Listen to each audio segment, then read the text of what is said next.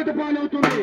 కాబట్టి చక్కని మ్యాజిక్ మన విఎస్ రాజు గారు మరి మాయా బ్రహ్మ, మాయా బీభత్స, మాయా భయంకర అవార్డులు తీసుకొని మరి ఆంధ్ర భవనంలో ఏ అవార్డు కోసం ఎదురు చూస్తున్నారో తెలియదు కానీ చక్కైన అవార్డు మాత్రం ఇందులో మీకు